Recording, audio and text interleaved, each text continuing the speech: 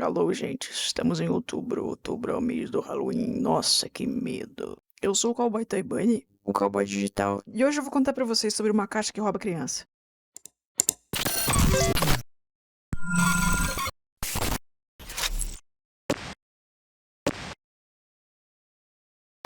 Uma pequena vila nas montanhas japonesas descobriu o que acontece quando se abre uma Kotoribaku, uma bela caixa toda decorada que se parece com um brinquedo de enigma. Esse artefato vai parar nessa vila, e mulheres e crianças são estranhamente atraídas para esse estranho objeto. Todos queriam saber o que tinha dentro, mas era difícil demais de abrir. De repente, essas mulheres e crianças começaram a ficar gravemente doentes, tossindo vermelho e tendo espasmos violentos. Com o passar do tempo, qualquer pessoa que tivesse se aproximado da caixa ficaria subitamente acometido por uma estranha doença. Mesmo assim, a curiosidade ainda pairava sobre a vila, e logo os mais curiosos pereciam violentamente. Não restava dúvida que esse artigo era amaldiçoado. Então o líder da vila trancou essa caixa em um templo e decretou que nunca mais deveria ser tocada. O tempo passou e os horrores da caixa caíram no esquecimento, até um grupo de pessoas encontrá-la, ainda escondida no templo. Depois de muito tempo, finalmente os segredos da caixa seriam revelados. Ela se abre de súbito. Dentro haviam restos de um humano, uma cabeça encolhida com grandes olhos vazios. Imediatamente, todos ao redor da caixa não conseguiram mais sustentar os seus corpos, engasgaram em vermelho, tossindo e sendo acometidos por violentos espasmos. Em horas, todas as pessoas da vila estavam doentes. Outras versões contam que, na verdade, um estrangeiro trouxe esse misterioso objeto e usou dele para ascender ao poder. Outras versões ainda dizem que, na verdade, essa caixa trazia poder a minorias e conseguiam de alguma forma chegar a status inimagináveis nessas pequenas vilas. Se uma pessoa capaz de gestar uma criança, o artefato irá especialmente persistir em destruir suas entranhas. Mas a gente sabe que mesmo em meio à gravidez compulsória, tem muitas pessoas que ainda sonham em ter seus próprios filhos, seja de qual forma for. Quanto você pagaria por isso? Você iria longe o bastante? Faria qualquer coisa para poder realizar esse sonho? Você faria o que fosse preciso? Juntem-se, garotas, e abram a caixa, até se afogarem no vermelho escurecido, sendo observadas pelos olhos distorcidos do raivoso demônio. Ofereça sua carne para a maldição. Eu penso nos meus amados pai e mãe, enquanto espero a minha hora. 1 está incompleto, nem mesmo 2 podem se completar. 3, 4, 5 e 6. 7 poderão curar a sua alma. Isso é parte da letra de uma música de abertura. Agora, imagina um casal feliz. O dia tá lindo, o sol tá brilhando sem nuvem alguma. Kuro espera na porta da casa Shiki. Sua noiva, Kyoko, deveria estar logo chegando em sua carruagem. A noiva e alguns convidados deveriam passar como uma procissão, espalhando a felicidade do casal por toda a vila. Depois disso, iriam para a casa aonde o noivo esperava. Um presente deveria ser dado ao casal durante a cerimônia. Geralmente, esse presente era uma caixa decorada. Essa era a tradição das 7 casas nobres da vila Nanawara.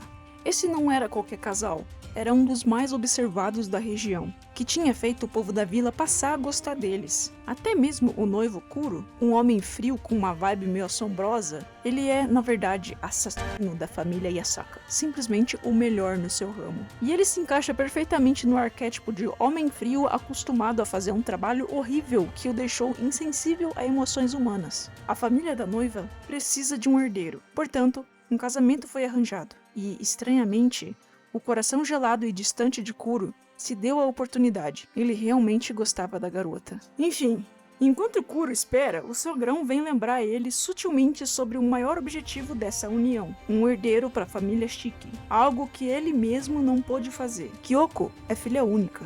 Para a família Shiki, e todas as 7 casas nobres, vale o seguinte ditado: uma mulher que não pode gerar filhos não tem valor. Uma mulher que não der à luz a um herdeiro não tem sentido. O pai de Kyoko sabia muito bem como a filha seria tratada como lixo se não pudesse cumprir essa tarefa, já que o mesmo tinha acontecido à sua esposa. Os familiares, nem mesmo a própria filha, podiam falar sobre essa mulher. Era como se ela tivesse menos valor que qualquer outra pessoa. Menos valor até mesmo que animais. Quando Kyoko chega, Kuro fica tão nervoso que ele simplesmente cata ela e leva para uma sala, para poder admirar a sua beleza e conversar. Ele se acalma. E Kyoko fica toda safada pensando no fazimento do herdeiro que vai rolar depois. Típico de jogo de gente boa.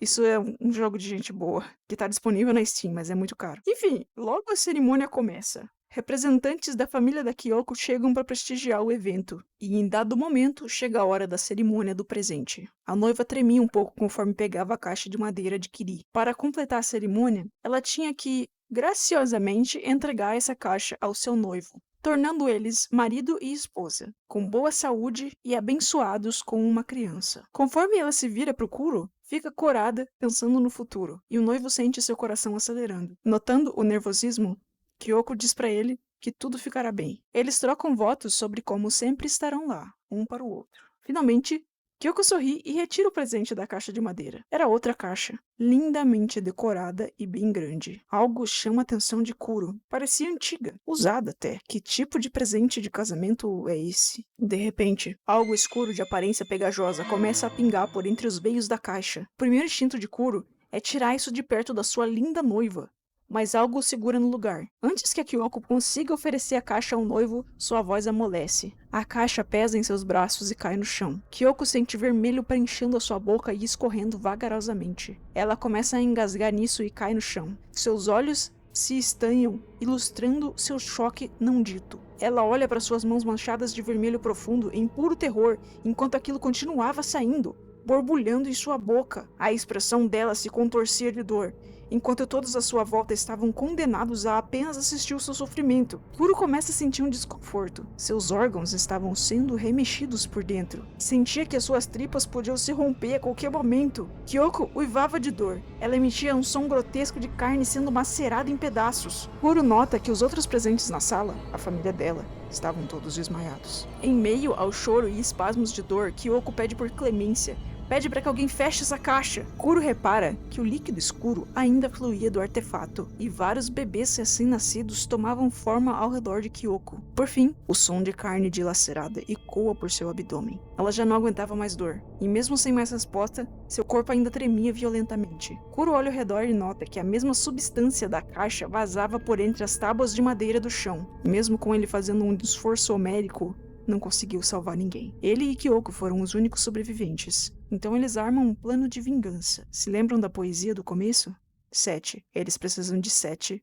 Isso mesmo que você está pensando. 7 úteros fertilizados. Ave Maria, gente. Então, eu vi sobre esse jogo no canal da Seed Snap. Essa mulher já me apresentou tantas atrocidades. E esse rolê da caixa que rouba útero ficou na minha mente. Eu simplesmente precisava falar sobre isso para exorcizar esse demônio. O jogo em questão é uma visual novel com pouquíssimas interações, chamada Nie no Hakoniwa, traduzida para As Oferendas da Casa de Bonecas, Dollhouse Offerings. Eu poderia fazer um vídeo completo sobre esse jogo se vocês quiserem, e se vocês me ajudarem a ganhar dinheiro com esse canal, porque a porra do jogo é R$80.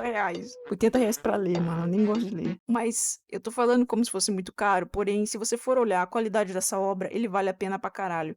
A arte é muito, muito linda. As cenas que causam incômodo, elas causam incômodo pra cacete. Pra preparar esse vídeo, eu vi algumas partes do jogo. Só que esse jogo, ele é praticamente 2 mundos diferentes. Porque a parte que tem o gore e as coisas de gente boa estão separadas numa DLC. Você tá de sacanagem? Pra que eu vou ler uma história de terror sem a porra do gore, meu amigo? Mas já que eles não conseguiram separar uma coisa da outra, algo me leva a crer que tem alguma coisinha de fetiche aí no meio. Tipo essa belezinha aqui. É foda ser sexual no século da putaria. Mas espera, eu tenho um bom motivo pra dizer isso. Boa parte das cenas de Vapo Vapo, na verdade, são cenas de...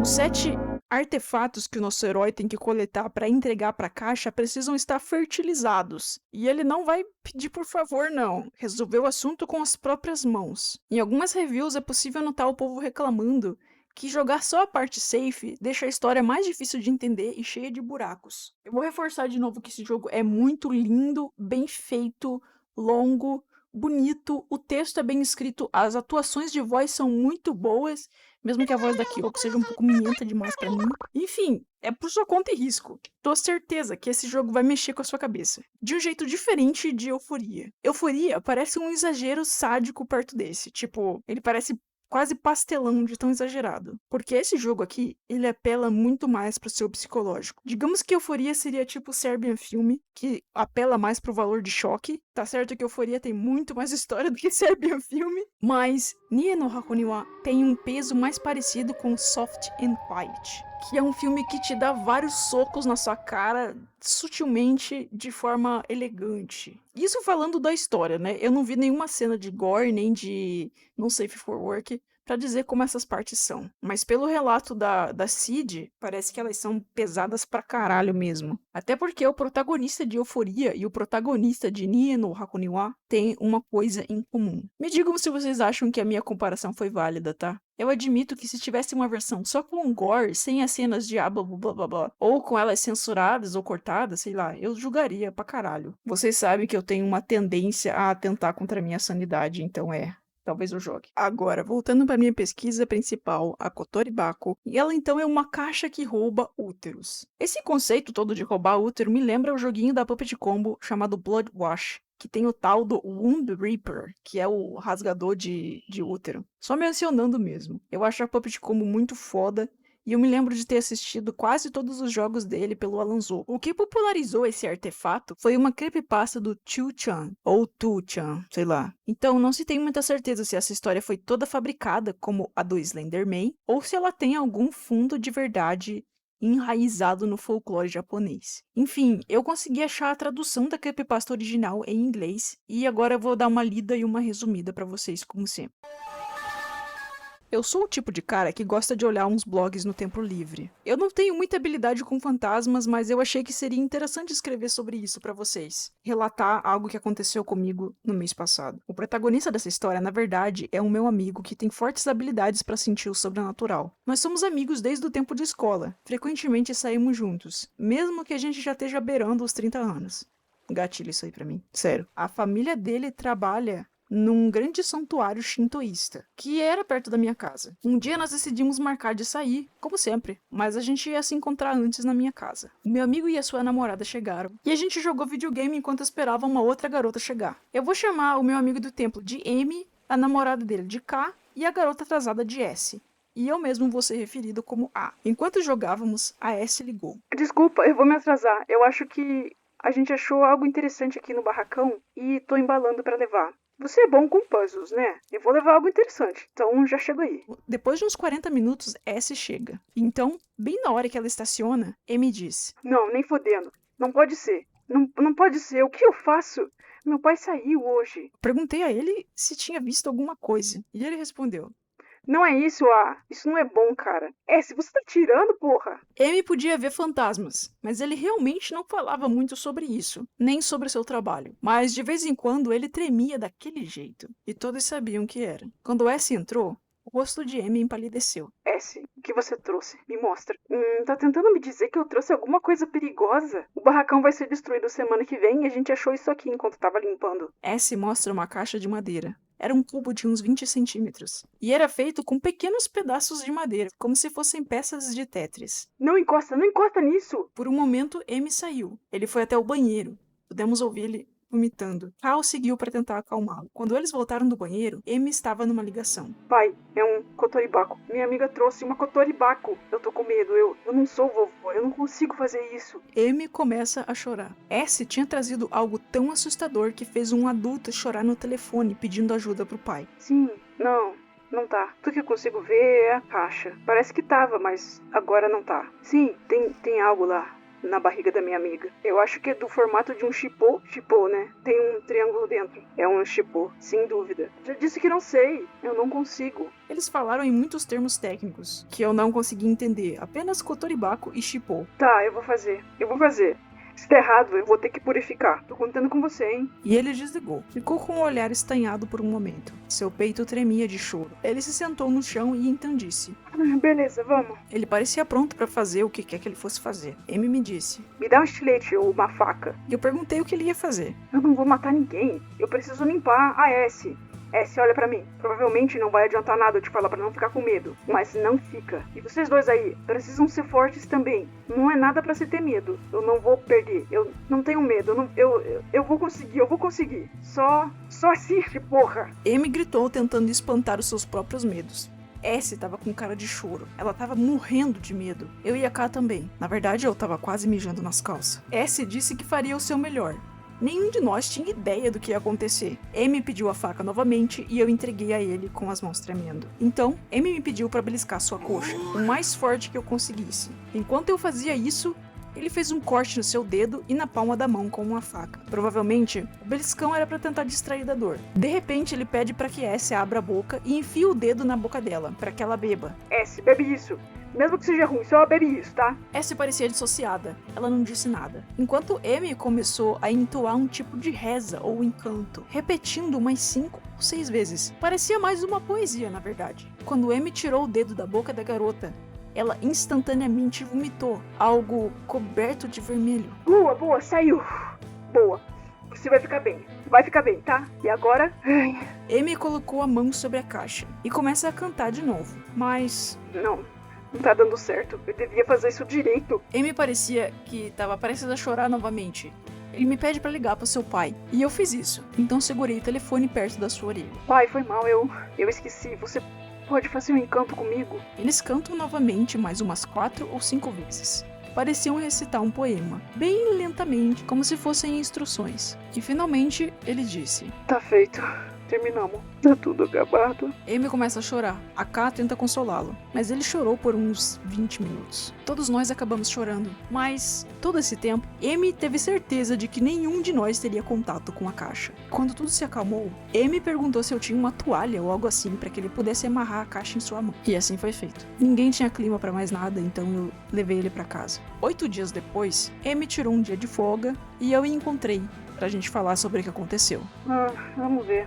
Família da S não vai gostar disso, mas tem uma vila no Monte O. Eles têm um monte dessas coisas lá, como essa caixa. E meu pai levou esse troço pra lá. É melhor você não saber de nada além disso. E ele pareceu não querer mais falar sobre isso. A não ser uma última coisa. Dentro da caixa tem ódio na sua forma mais pura. E mais umas coisas, como dedos e cordões umbilicais. A gente não pode discriminar. O rancor das pessoas é algo horrível. Pode levar elas a fazerem coisas como essa, sabe? Quando algo assim aparece, era o meu avô que cuidava disso. Ele fez muito isso, e eu não achei que ia precisar fazer. Eu nunca tinha tomado a frente do negócio da família assim, então eu tava morrendo de medo. Eu preciso estudar mais. Mas nem parece que eu levo jeito pra isso. Eu falei da vila, né? Mas a S vai ficar bem, como antes. A gente não vive mais naquela época. Porra, que idiotice. Então eu perguntei a ele se eu podia contar essa história, compartilhá-la. Ele disse que tudo bem, que nada aconteceria em só ouvir sobre a história. E que ninguém acreditaria. E esse foi o fim da minha experiência. O post original ficou extremamente popular, então houve uma continuação. Eu aproveitei para perguntar a Amy algumas coisas. Fora a S, quem estava lá na sala? Vai ficar tudo bem? O resto da família dela, que tocou na caixa antes? A caixa afeta apenas crianças e pessoas com úteros férteis. O pai da S e o irmãozinho dela vão ficar bem. Já a mãe, meio que ela já tá na menopausa, né? A avó, a mesma coisa. Você vai ficar bem. Eu fiquei meio preocupado com a K, mas ela não tocou na caixa e já passaram alguns dias, então ela deve ficar bem. Se acontecer alguma coisa, eu vou falar com meu pai e deve ficar tudo de boa. Próxima pergunta. Que porra era essa caixa, afinal? Amy não sabe os detalhes sórdidos. Aparentemente, a Kotoribako significa caixa que rouba criança. Eu não sei dizer se isso é verdade ou não. Ele poderia estar mentindo pra tirar com a cara de todo mundo. Pelo que ele disse, quanto menos eu souber, melhor. Esse bagulho me assusta. Mas eu quero mesmo saber o que era. Eu faço parte disso. Eu conversei com a S e depois que o barracão foi demolido, eles acabaram tretando com um vizinho. Ela diz que tá mais curiosa do que assustada sobre a situação. Então a gente vai se encontrar amanhã. Mas eu não sei se a K vai. É claro que seria melhor ouvi explicações diretamente do pai do M, mas ele tá hesitante sobre isso, então foi meio difícil de pedir. Mas se houver algum momento propício, eu vou pedir.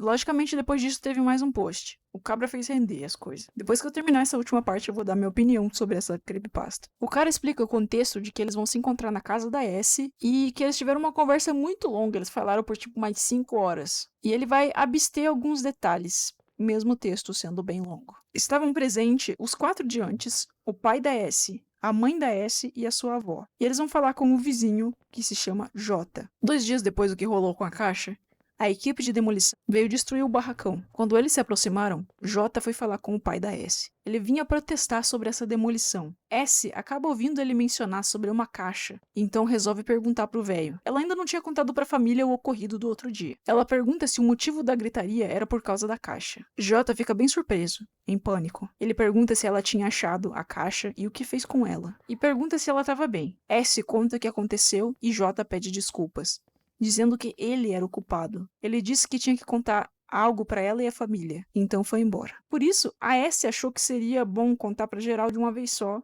e pediu pro J se juntar ao nosso encontro. Mas antes dele falar qualquer coisa, Amy pediu a palavra primeiro. Senhor J, a caixa era originalmente sua, correto? Eu ouvi muito sobre meu pai e avô, histórias sobre como eles se livravam dessas caixas. Era uma coisa muito séria, e eles têm um arquivo sobre todos os detalhes. Mesmo que tenha sido um acidente, pessoas já morreram por causa dessa caixa, como o senhor sabe. Meu pai tinha suas dúvidas, e como eu era diretamente envolvido dessa vez, nós fomos checar os arquivos na noite passada. Esse arquivo mostra a localização de um chipô na casa do senhor J. Se tiver certo, tem algo que não tá muito bem contado aí. Meu pai queria vir para conferir, mas como fui eu que purifiquei a caixa, eu que vim. Agora, Sr. J, se a caixa estava na sua casa, nunca que o pai da S saberia sobre isso. Dá pra entender, o avô da S faleceu recentemente, ele recebeu a caixa e não teve tempo de contar pro filho. A caixa foi da casa T para a casa S e daí para a casa J. Considerando o tempo, não dá pra acreditar que agora seja a vez do pai da S. Deveria estar na sua casa, ou na casa T, mas apareceu na casa S. Teve algum acerto, né? Até ouvir a história da S, eu até podia acreditar que tinha sido um erro. Mas você sabia da existência da caixa, não sabia? Você sabia e não disse nada. Eu tô bravo com isso, o meu pai também tá bravo com isso. Nós entendemos que é difícil manter tradições dos antepassados. Você quis fugir disso, e eu também quis fugir quando vi a caixa. Ter que cuidar disso por anos deve ter sido assustador, mas se esse tipo de coisa acontecer por aqui, então vamos ter um problema quando formos lidar com as outras caixas. A S provavelmente teria perecido se não tivéssemos nos encontrado naquele dia, e as outras caixas podem ter causado problema também. Então eu pergunto, por que isso aconteceu? Ele também menciona que não foi só a S que esteve em perigo, mas a K e eu também. Então chega a hora do Sr. J contar a sua versão. As casas S, J e T estavam procurando por uma chipô. Então, ela foi dividida entre as três. A caixa era herdada pelos familiares e assim ia passando de novo e de novo. O cabeça da família deveria explicar esse processo para o seu herdeiro. Se não houvesse herdeiro, ele tinha que esperar a próxima linhagem. Se não houvesse herdeiro mesmo assim, a caixa era simplesmente passada para a próxima casa. Há umas 4 outras famílias com essas caixas, e nós tentamos não falar muito sobre as caixas alheias. Ela deve ser passada para enfraquecer o que existe lá dentro. O protetor da caixa tem que mantê-la longe de mulheres e crianças, e as casas que não estão com caixas devem vigiar. Então, a gente recebe talismãs da família M do templo, e o talismã da caixa tem que ser trocado frequentemente. Depois que a caixa estiver enfraquecida, ela é entregue para o templo. O M interrompe ele e diz: Esse era o acordo da minha família no passado. Cuidávamos das caixas, um serviço memorial. Cuidávamos também de todas as caixas, seus donos e o arquivo. J concorda e diz: Eu deveria receber a caixa depois que o avô da S se foi, mas eu estava assustado. Por favor, me perdoem. Depois que o T se foi, o S se foi também. Então fiquei com medo, mesmo sabendo que não afeta homens. Eu esperei pela caixa, mas dias depois do funeral, nada aconteceu. Eu fui falar com a família T e eles mencionaram que talvez o Sr. S ainda não soubesse. E talvez dessa maneira a gente pudesse se livrar dela de uma vez por todas. A primeira coisa que eu fiz foi perguntar sobre a caixa e confirmar se ele sabia ou não. Eu e o T ficamos de olho no barracão, trocamos o papel do talismã e então planejávamos nos mudar. Eu ficaria de olho e após alguns anos levaria a caixa para o templo. Então o homem pede desculpa várias e várias vezes e fica de joelhos pedindo perdão. O pai da S só sabia que não era pra ninguém mexer no barracão. E aparentemente a avó da S sabia da história toda. Ela chega a dizer: Então era por isso que ele não queria que ninguém viesse mexer aqui. quando eles encontram a caixa. E não falou nada, velho do caralho.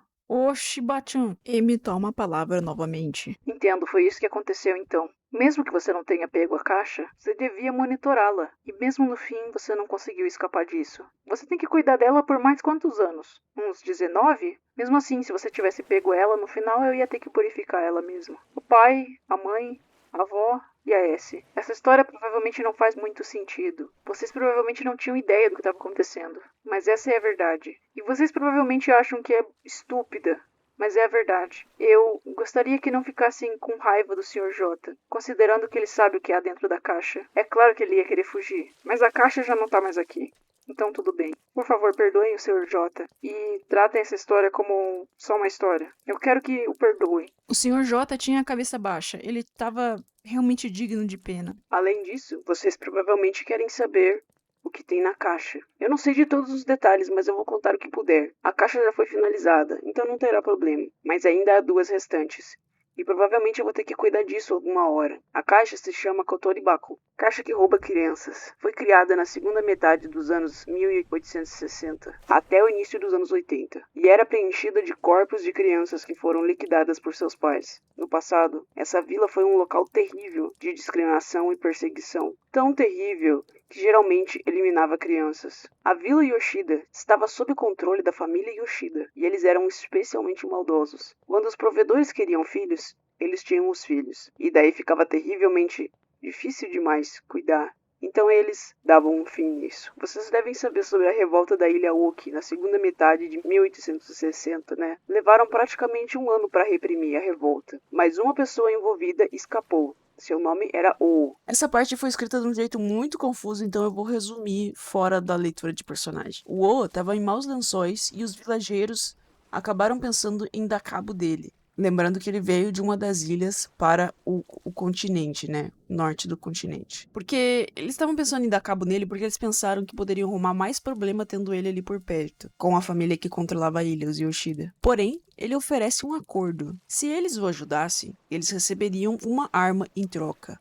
Mais precisamente, como fazer essa arma. E eles aceitaram. Então, O colocou mais uma condição. A primeira caixa deveria ser dada a ele. E ele repetiu várias vezes dizendo que se em algum momento eles desistissem, eles podiam dar cabo dele. Mas se conseguissem, não havia mais volta e a vida dele estaria completa. O primeiro passo era juntar várias peças de madeira complexas como uma caixa, para que não fosse facilmente aberta. Essa era a parte mais difícil do processo. Era para ficar parecida com um quebra-cabeças. Depois, a caixa deveria ser cheia com vermelho de uma besta fêmea, e depois de uma semana deveria ser tampada, antes que o vermelho secasse. Depois disso, precisavam de partes de uma criança. No caso, se fosse um recém-nascido, cordão umbilical, pontas dos dedos e intestinos que seriam embebidos em vermelho. Para crianças de até 7 anos, só a pontinha do dedo e novamente os intestinos nas mesmas condições anteriores. E para crianças de até 10 anos, ou seja, entre 7 e 10, era só a pontinha do dedo mesmo, e fechava-se a tampa novamente. Conforme o número de crianças muda o nome da caixa, que vai estar aí na tela para vocês. Uma criança equivale a um Ippo, 2 crianças Nihô, 3 crianças Sampo, 4 crianças Shippo, 5 crianças Gohô, 6 crianças Roppo e 7 crianças era chamado de Shippo, só que com um C em vez de S. Uma das condições também era que não podiam ser mais de 7. Conforme o nome, seria selado a caixa em cima. Ippo era um triângulo, Nihô era um quadrado e assim vai, aumentando o número de lados. Porém, a caixa que eles iam fazer pro O, a primeira caixa, seria uma Hakkai, onde iam 8 crianças, abaixo de 7 anos. E adicionalmente ele precisava de uma mulher e uma criança vivas. Outra regra era, sob circunstância alguma,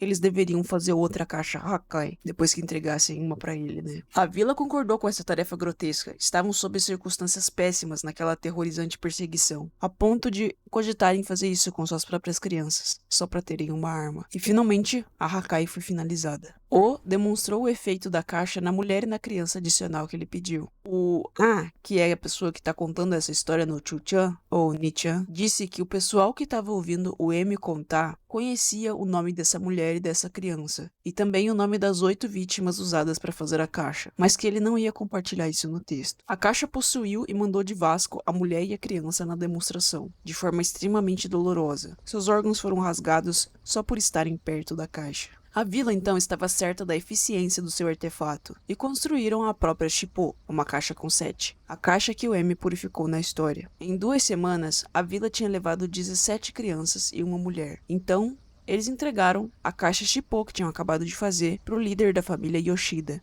para que ele guardasse em sua casa. Era uma demonstração da sinceridade e boa-fé da vila. A casa Yoshida sofreu dolorosamente, perdendo todas as suas mulheres e crianças. Os vilarejeiros explicaram para a família Yoshida o que tinha acontecido e os ameaçaram. Se eles não fossem deixados em paz, trariam essa maldição novamente. A caixa retornou à vila e foi guardada pelo seu líder. Eles continuaram fazendo caixas, e logo haviam 7 delas. M acha que isso é um blefe. Ele não concorda muito que existiam 7 caixas nessa época. E ele acha que O estava por trás desse plano todo, já que os vilarejeiros eram meio ignorantes para formar uma estratégia tão complexa. A família Yoshida e as vilas ao redor concordaram em deixar o povo em paz, com medo dessas caixas, e mesmo assim eles continuaram fazendo mais. Mesmo depois que O já não estava mais presente, ele deixou algumas recomendações sobre os cuidados com as caixas. Pessoas de risco, que são crianças e pessoas com úteros férteis, não podiam ficar perto. A caixa deveria ser guardada no escuro. E por último, o poder da caixa enfraquecia com o tempo. Se algo acontecesse,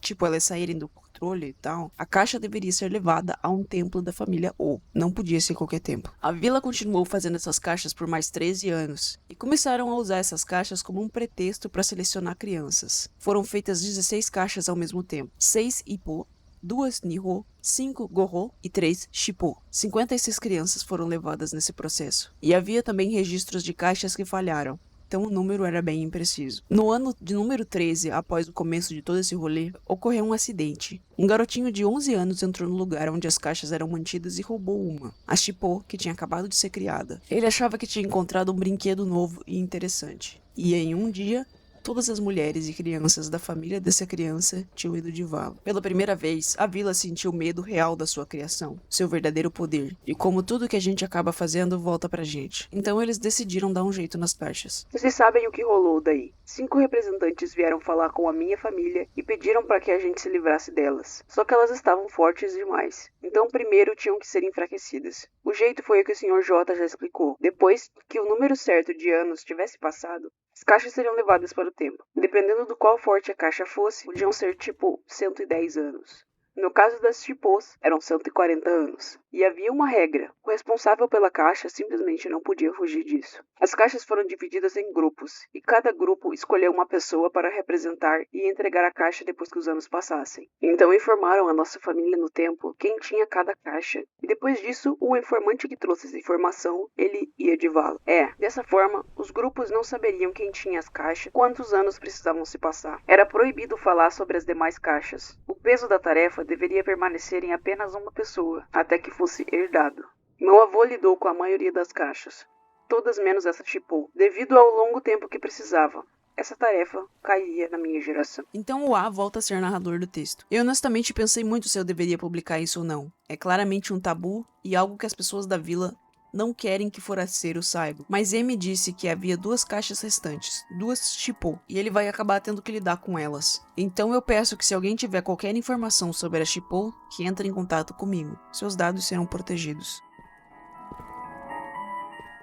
Ele diz também que haviam ainda muitas dúvidas e ele não tem certeza do que é verdade ou não. E ele mesmo não acreditaria se não tivesse visto a caixa com seus próprios olhos. As perguntas são: quem era O e de onde ele veio? Como O aprendeu a fazer as caixas? Por que O foi para a ilha? Onde está a Hakai? O que aconteceu com O? O que O fez com a Hakai? E para terminar, ele adicionou algumas informações. O governo de Kyoto enviava bastante prisioneiros para a ilha Oki. Talvez essa pudesse ser a origem da caixa. Ele não sabe se a família dele tem conexão com a família O. Novamente, ele fala que se alguém souber qualquer coisa que entre em contato com ele, e acabou. Falando sobre essa creepypasta, eu gostei muito da primeira parte, mesmo que seu final tenha sido meio abrupto. Na segunda parte eu já comecei a ter umas dúvidas sobre a veracidade. Na parte 1 eu tinha certeza que era tudo mentira, mas na 2 eu fiquei, será, gente? Já na terceira parte eu achei que tava vendo um anime, ficou muito grandiosa a história. Mas seria muito, muito legal saber que essa creepypasta teve origem em alguma lenda, tipo, algum fundamento que já existiu no mundo real. Eu pesquisei então um pouco mais a fundo. E a pessoa que fez esse post de tradução, ela agora tem um canal no YouTube. Eu fui assistir o vídeo sobre essa matéria para ver se tinha alguma nova informação. Então, segundo esse vídeo, essa história supostamente se passaria na província Shimane. E essa pessoa que escreveu e fez o vídeo, ela explica que o nome da caixa é uma junção de kotori, que significa roubar ou levar uma criança, e bako, que é uma caixa. A rebelião na Ilha Oki foi um evento real. O pessoal da ilha ficou muito puto com o jeito que estava sendo governado e eles queriam ser independentes. Depois que a rebelião foi suprimida, eles fugiram. E a vila que fica ao norte de Shimane é o lugar mais óbvio geograficamente para onde alguém teria fugido das Ilhas Oki. Um ano depois dessa história, teriam encontrado uma caixa misteriosa em um templo em Shimane, antes dele ser demolido para renovações. Daí começou uma fofoca de que poderia ser uma Kotoribako, e alguém acabou levando isso para casa. Ninguém sabe aonde a caixa foi parar, mas a pessoa desse vídeo não encontrou nenhuma notícia confirmando a veracidade dessa informação. Então meio que não há nenhuma evidência de que nada disso aconteceu. E essa provavelmente é a conclusão mais lógica. Mesmo assim, a história inicial é muito intrigante como uma lenda, e serviu até para inspirar o jogo. O que vocês acham sobre isso? Acham que pode ter algum fundo de verdade? Só o que eu sei é que eu ainda tô pensando em jogar o jogo. Pensar que um jogo foi inspirado numa lenda japonesa perdida e esquecida é muito mais legal do que pensar que foi escrito baseado numa creepypasta do Nichan. De qualquer forma, eu gostei muito de pesquisar sobre essa creepypasta e trazer pra vocês, porque eu gosto muito do universo de lendas japonesas. Eu acho que o terror asiático, principalmente o japonês, eles têm um sabor todo diferente. O jeito deles verem terror é completamente diferente. Digam aí nos comentários se vocês querem mais desse tipo de conteúdo, porque eu posso trazer umas outras creepypastas asiáticas ou tentar achar creepypastas mais desconhecidas, porque eu nunca tinha ouvido falar nessa Kotoribako na minha vida, e eu considero que eu tenho um conhecimento mediano no tema creepypasta. Enfim, se você chegou até o final, comenta Caixa Misteriosa. E bom fim de semana, feliz Halloween!